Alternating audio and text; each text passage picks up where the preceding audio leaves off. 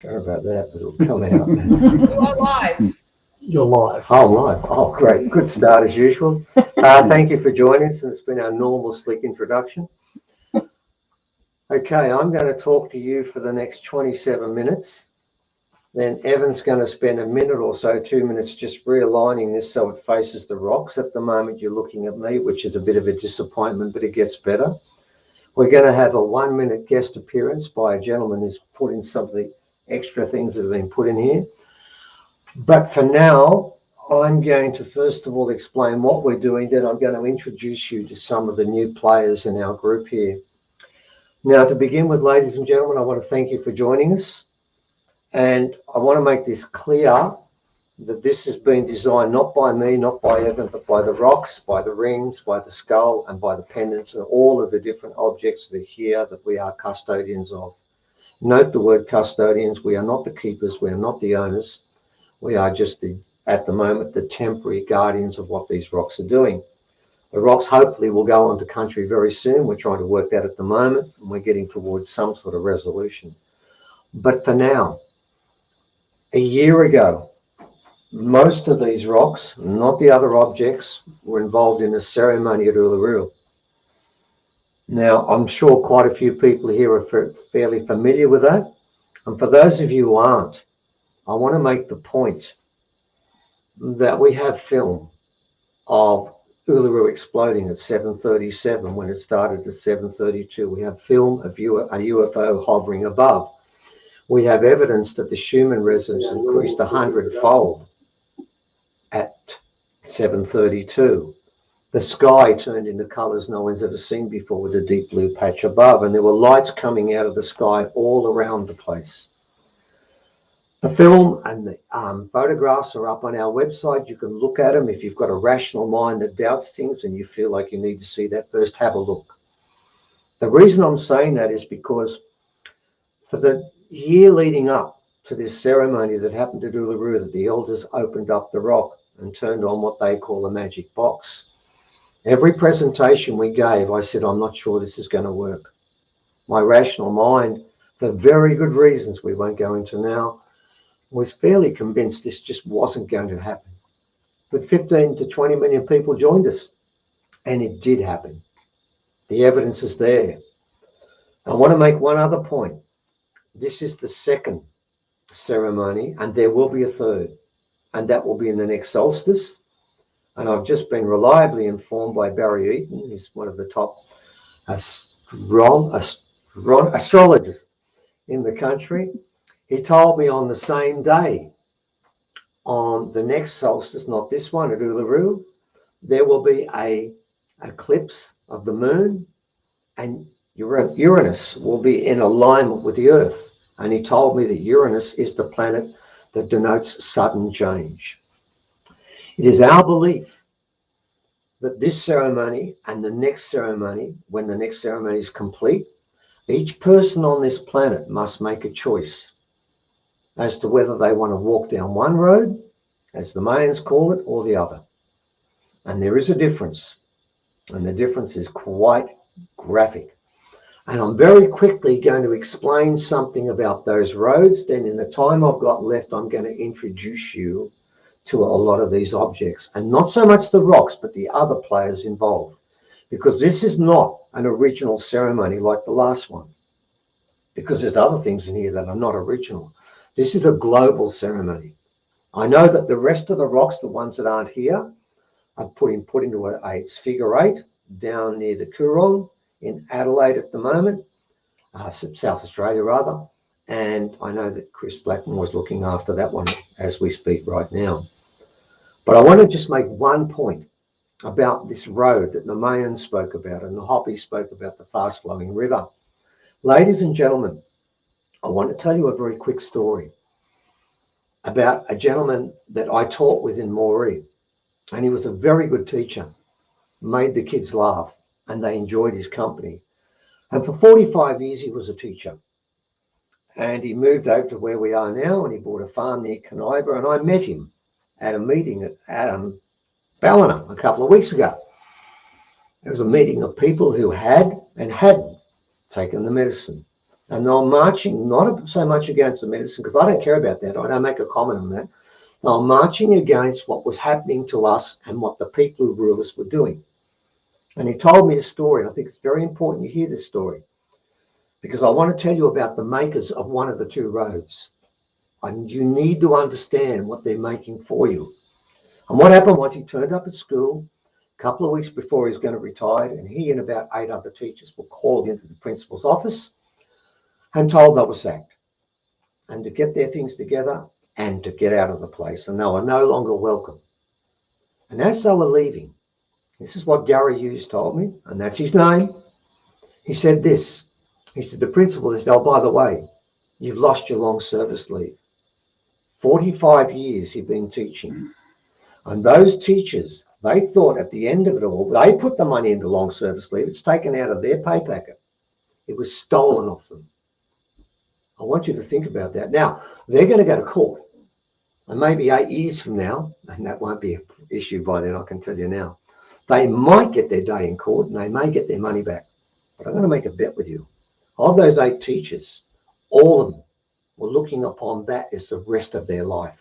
They were basing their life on that. I swear to you, 4 will be dead and 2 will be sick. And one's probably had a nervous breakdown. And Gary, I think, will be the only one who's still going to be smiling, because I said, how do you feel about this? He said, I've got 35 acres and I grow my own food. I don't care. He's okay. He's fine. And of course, he was marching with us too. So his head is straight. But what about the others? They are the people who are creating a road for you. I want to make a point. If you walk down that road, you'll be sorry you did, because they're going to treat you the same way they treated him. And he's supposed to be one of the good guys. So ladies and gentlemen, I want you to think about that. There's 2 ways we can choose this. Choose a road that we're going to talk about now, and it'll be firmed up. And I can make one last point. The next solstice, the rocks and the rings told me 3. That's all.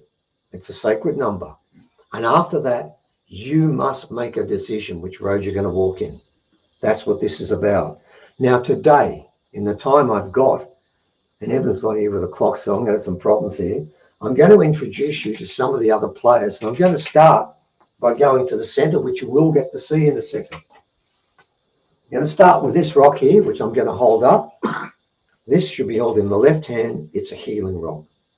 It is the most powerful healing rock, I believe, in the planet. It has done things to people with all sorts of maladies, from people who are going to die from stage 4 cancer to all sorts of things. And sometimes people would come to me and ask me to do this with them, and I have. And it's done things that even shock me. And why did I put it in the center of the circle? Because it's a healing rock. And right now, the planet is healing itself. It doesn't need us anymore, and it doesn't need us.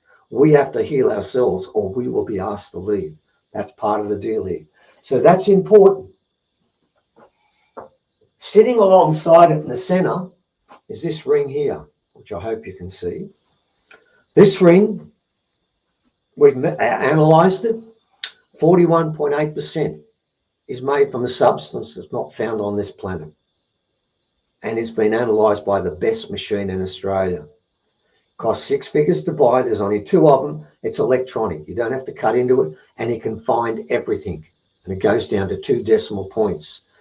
But there's 41.8% that's not measured, because it's not registering on any earthly periodic table, because it didn't come from here. And 6 of the other elements here all end in IUM. There's palladium, there's rhodinium, there's cadmium, and there's gallium. Now, gallium is very important, because this was found near Angkor Wat, stolen, I should say is a better word, during the Vietnam War by, I think, an American GI that had a metal detector and found 2 of these things. This one, the gallium, 6.89%. It was discovered in about 1880 by a Frenchman. I've forgotten his name. I do apologize for that. And he found it that if you melt steel or aluminium to 4,000 degrees Celsius, you will get a trace element that's called gallium. You cannot dig it out of the ground. So no one can dig it out. You need that temperature. And then you get 0.1. This is 6.89. This was not made on this planet. And I've been reliably informed This has two functions. Number one, when you wear it and put it on like that, and by the way, I can put 2 fingers on there, I still got plenty of room left over. It is a communicator with aliens and an anchor. Now, because we're involving aliens in this, who are part of this equation, it goes in the center and it goes alongside there. Next up, and I have no idea what the time is, Paul, but if someone could keep an eye on this, because I do want you to come in. The next one I'm holding up, this was analysed at Southern Cross University. And I'm even going to say the name of the person who did it, and he doesn't mind me doing it. And he runs the lab there. 38 scientists work there. He begged me for permission to analyse this metal. It was given to him by Arnie Minnie Mason. It was found near Carry-On Glyphs. In fact, it was found right next to them. And he did analyse it, and he came back and told me, 24%, not here. I said, it could have been an oxide. We tried that. We've done everything we can. We cannot find out what this is. We don't understand it. So we've got a second one here that has non-earthly metal, 1/4. That one's nearly a half. This is a quarter. Mesref has told us this particular piece of work here was made not by the Atlanteans, but after that was destroyed, one mob went up to Avalon, and they were the spiritual mob. And another mob went to Egypt, and they tried to make Atlantis again, and it didn't work a second time either. But before they got there, the group that made their way there, they made this. And its role is very simple. It is only used in rituals, and if you use it in a ritual, it will guarantee success. As a result, it goes in the center also. I'm going to show you a few more in the time we've got left, and I'll go to them last. We also have here the actual bone, the head of our no-forehead being. Now, I've spoken about this many times before, and for those who don't know, we've seen 4 of these in Australia. We've made, not by the Atlanteans. I don't know what that was about, but we'll continue anyway. It's only just a small distraction. They all don't have a forehead. But if you think for some strange reason that maybe this is something dumber than us, I want to show you the full model of this in 2 parts. Number 1, this was made by the gentleman that used to work in the Australian Museum, and he put together skulls. And if you look at it side on, you will see that it doesn't have a forehead. But look where the skull goes. It's nothing like us. Nothing like us whatsoever. When it was finally put together, it turns out looking something like this. You got the forehead wrong because there's none. It has massive eyes. It has a nose nothing like ours, a breech there nothing like ours, and it has a head nothing like ours.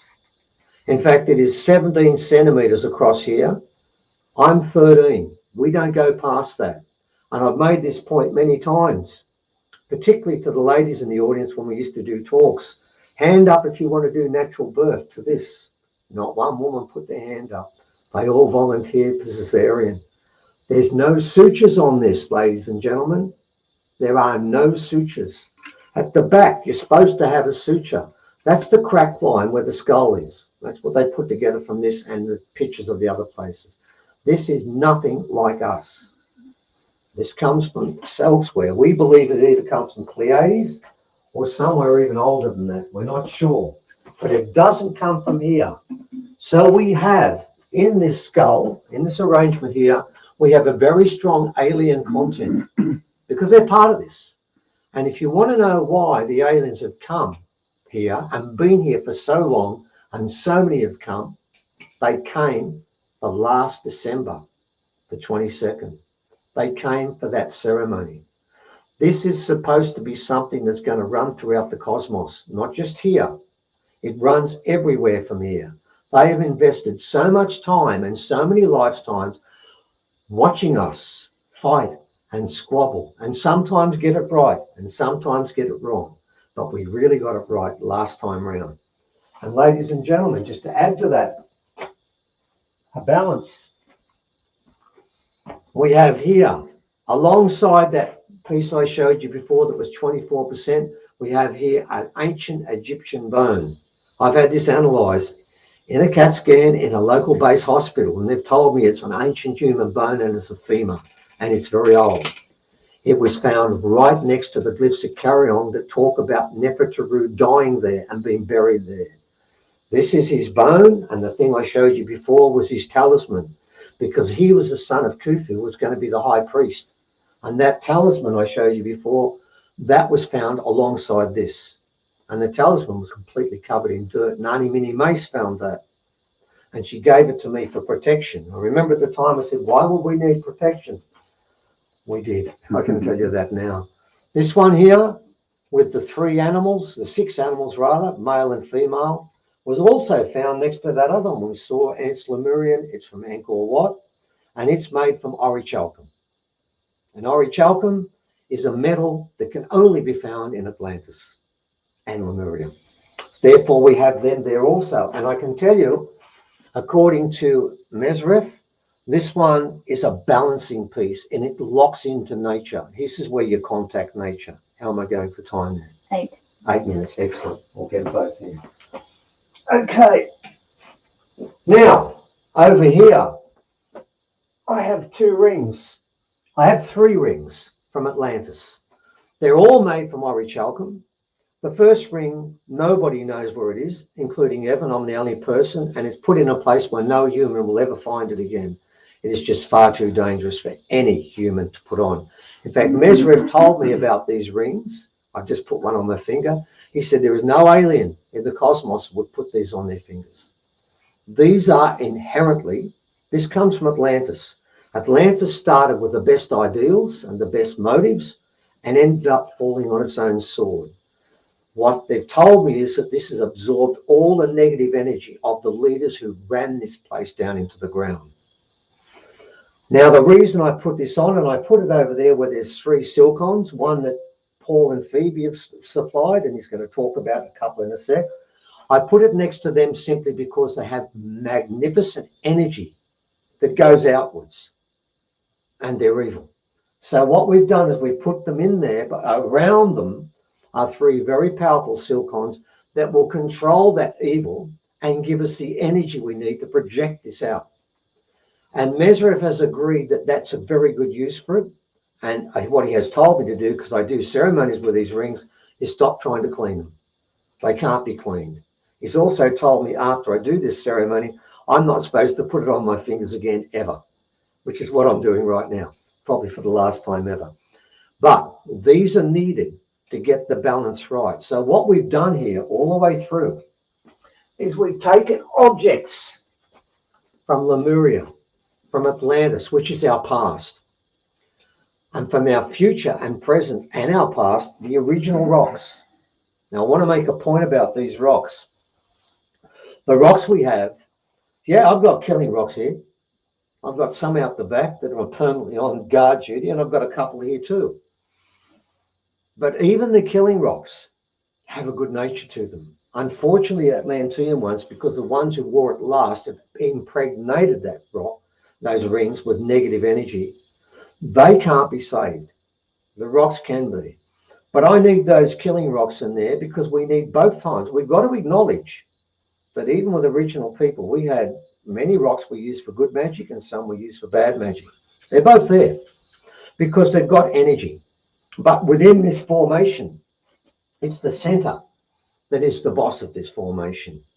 And therefore, because we have that healing rock right in the center, what we're creating here is an energy field that is primarily extremely powerful, extremely good, and there to heal.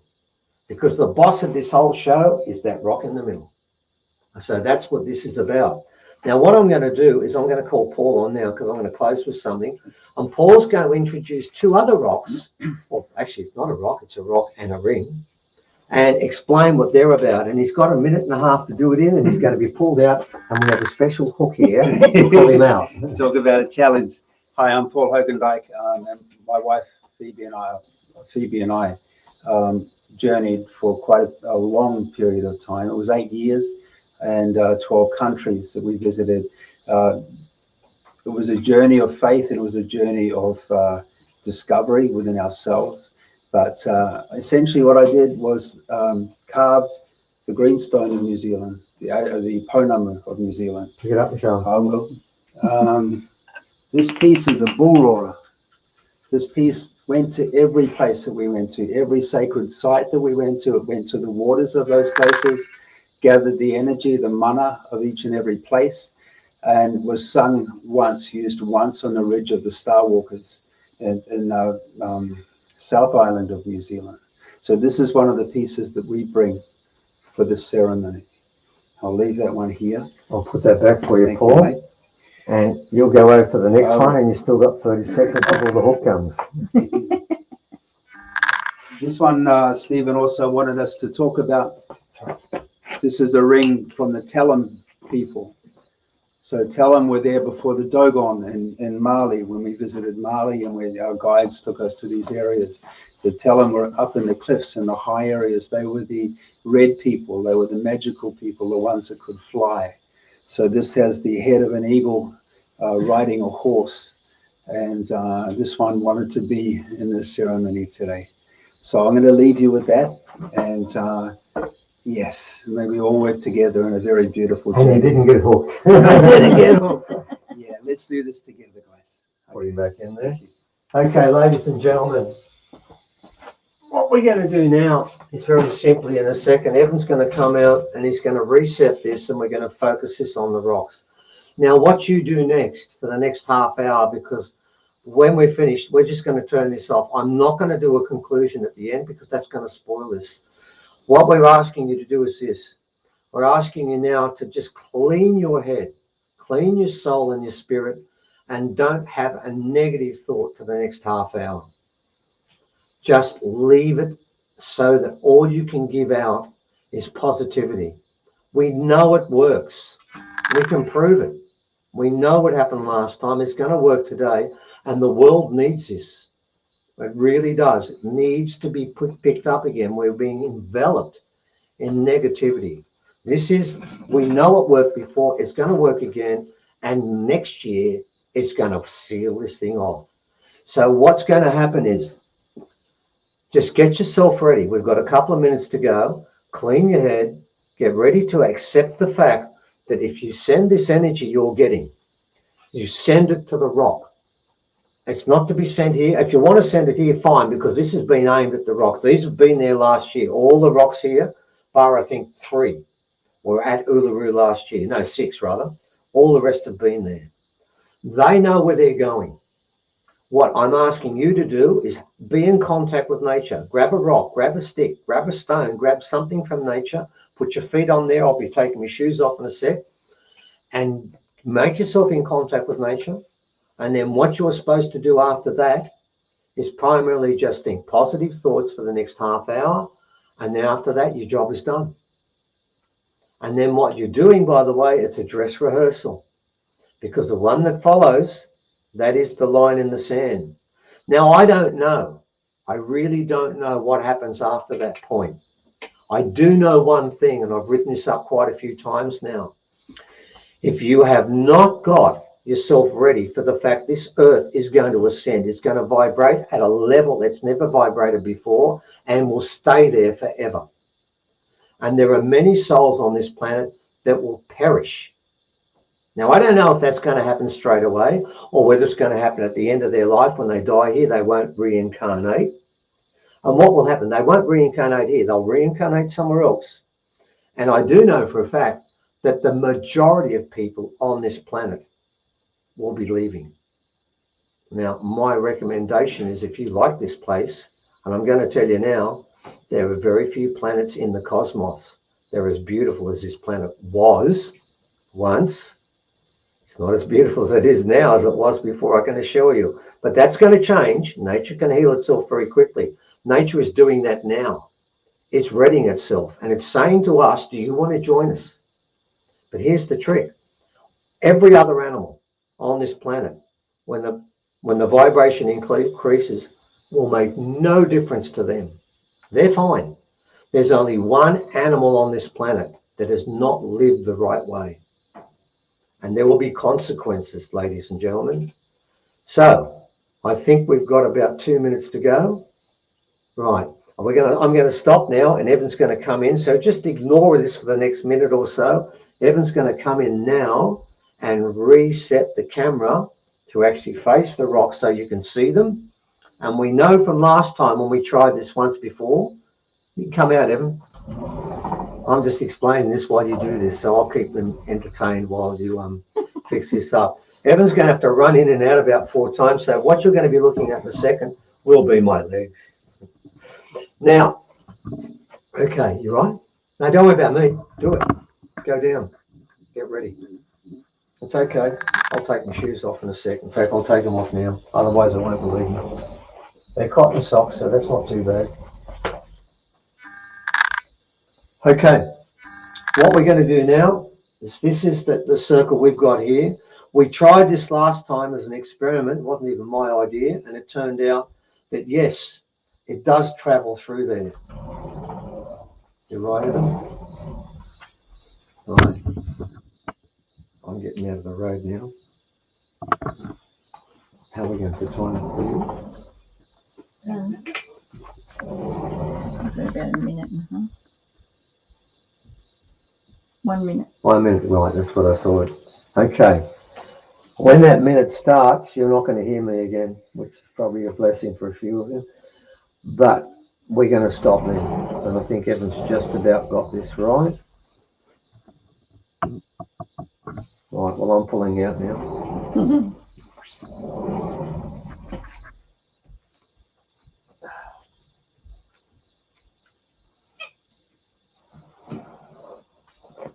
So comfortable.